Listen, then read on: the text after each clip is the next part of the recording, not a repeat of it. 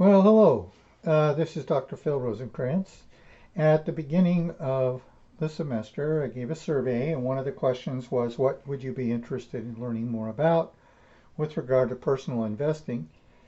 And I got answers that were consistent with results from previous semesters. And the top choice was learning about 401k, IRA, and TSA programs. Next was stocks, bonds, and mutual funds, then Roth IRAs, and then real estate, and then the list went down from there. So what I'm going to do is just give you some short clips that explain the basics of these. What I'm going to do is the first one will be about stocks and bonds. I think it's kind of a standalone one, and mutual funds, just a brief introduction. Then the second one, I will combine talking about 401k plans and IRAs along with Roth IRAs. And then the third one will be talking about different ways that people invest and make money in real estate. So with that, I'm going to get started talking about stocks, bonds, and mutual funds. Um, when a company is operating, they have different sources of revenue. And one source of revenue is our stocks. And what those uh, are investments that people have made in the company by buying a piece of ownership. And their contract for that piece of ownership is stock. And so they may own 100 shares of stock or thousands of shares of stock, and so their ownership in the company is proportional to how many shares they own compared to how many shares of stock exist. And the company can generate income by selling more stock if they're allowed to, or they can buy back stock to hold in the company, which they could then sell when they needed to. But you are an owner of the company if you own common stock. And stock is often sold on stock exchanges. And the most well-known one is the New York uh, Stock Exchange. And then there's the NASDAQ and others, but mostly the New York Stock Exchange.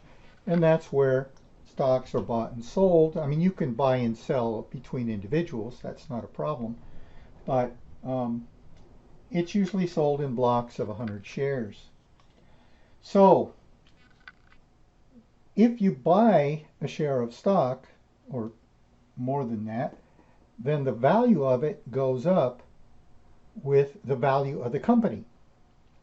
And the way that that is determined is by how much the company is growing, how much profit they're making, and how big the dividends they're paying to stockholders for based on their profits.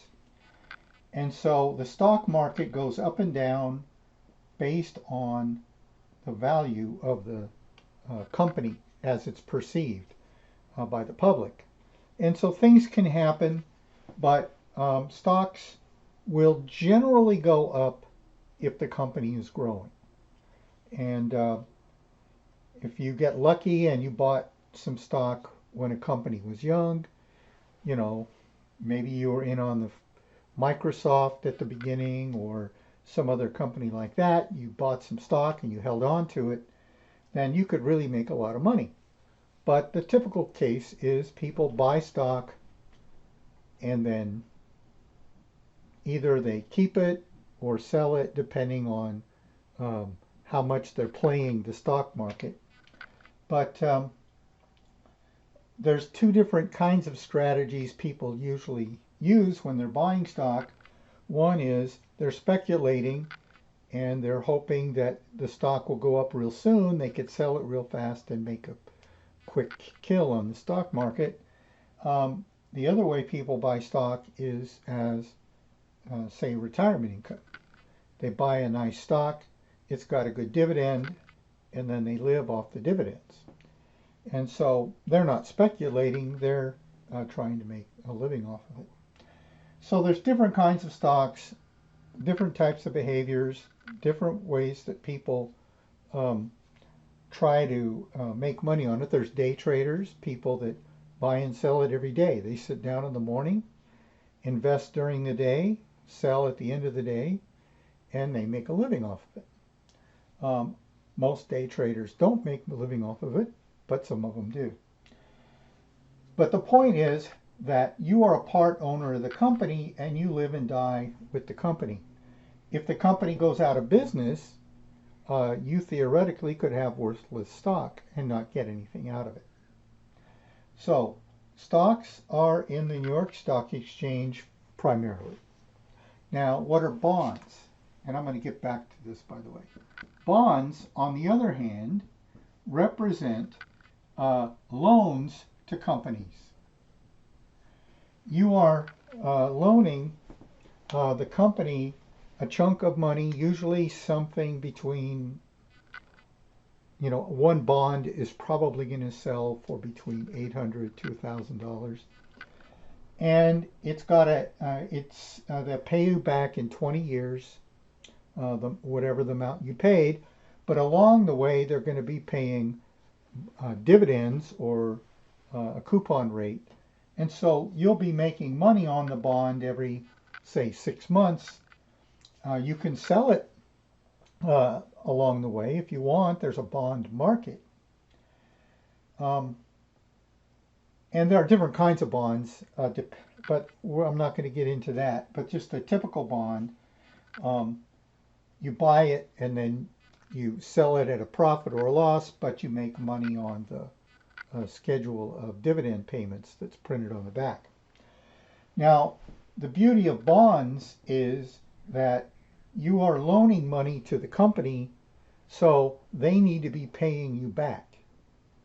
And so your investment is much more secure than somebody that bought stock, for example. For example, if no matter how good or bad the company is doing, they owe you the money back on the bond when it comes due. And you have priority over stockholders. So this is a lower risk investment, but then again, it doesn't have as high a returns. Now you can see that when everything is going good in the economy, people might be investing in stocks. But then when people are nervous about the stock market, they might retreat to bonds. So this is the lower risk. And so what you'll find is that young investors or people that are speculating will have more money in stocks, and older investors, people that don't have time to recuperate from a stock market loss, will be invested in bonds. And then the other thing I want to mention is mutual funds. So what is a mutual fund? And by the way, there are lots of different variations on these that I'm not getting into. But a mutual fund is typically a collection of investments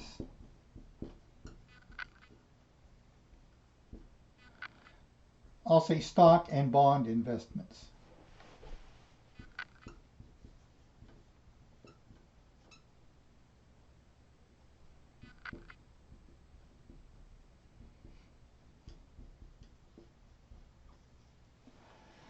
So a mutual fund may have, be comprised of 15 or 20 stocks and 5 or 10 different bond opportunities. And what that does is it diversifies your investment so that if one group of investments is struggling, the other might be doing better. Typically, the stock and bond markets move in opposite directions. So mutual funds diversify your investment. And, if you want to personally buy and sell individual stocks, you're certainly welcome to do that. But it's risky if you don't know what you're doing. Mutual funds have a lot lower risk to them. There are some mutual funds that are all stocks, and there are some mutual funds that are all bonds. but most of the time they're a combination. Another thing about mutual funds is that you can find them by sector.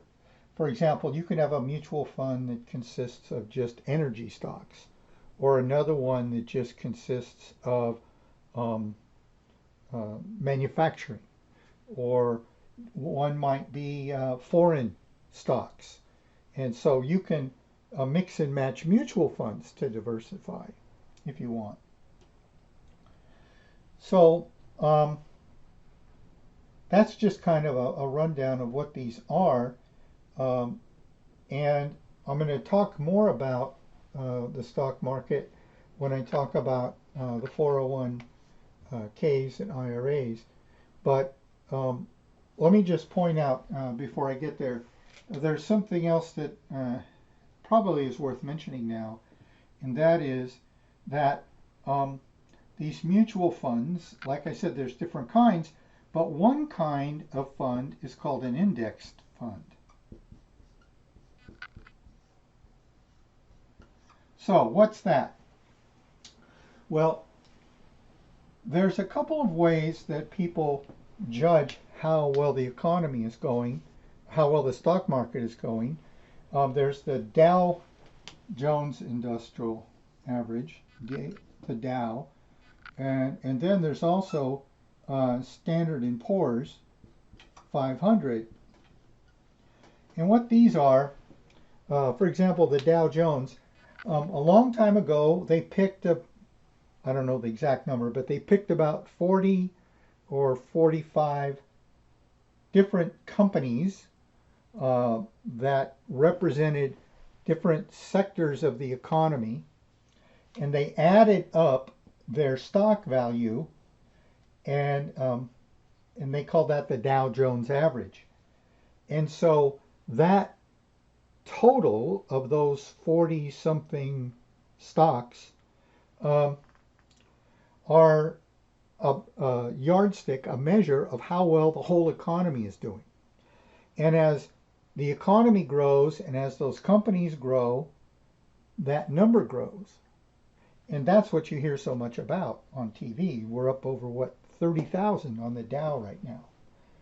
And so what some mutual funds are is they've taken some combination of these stocks that are part of the Dow and created a mutual fund so that if you invest in it, then your investments pretty much reflect what's going on with the Dow. There's also the Standard & Poor index, which is based on 500 stocks, which a lot of people prefer to look at over the Dow because it's based on a lot more stocks. And so a lot of times when you're looking at index funds, you'll see more references to the Standard & Poor's. There are other index funds as well. But if you had been investing in an index stock that was based on the Standard & Poor's for the last, I think, since it started, you would have made about 10% return on your investment.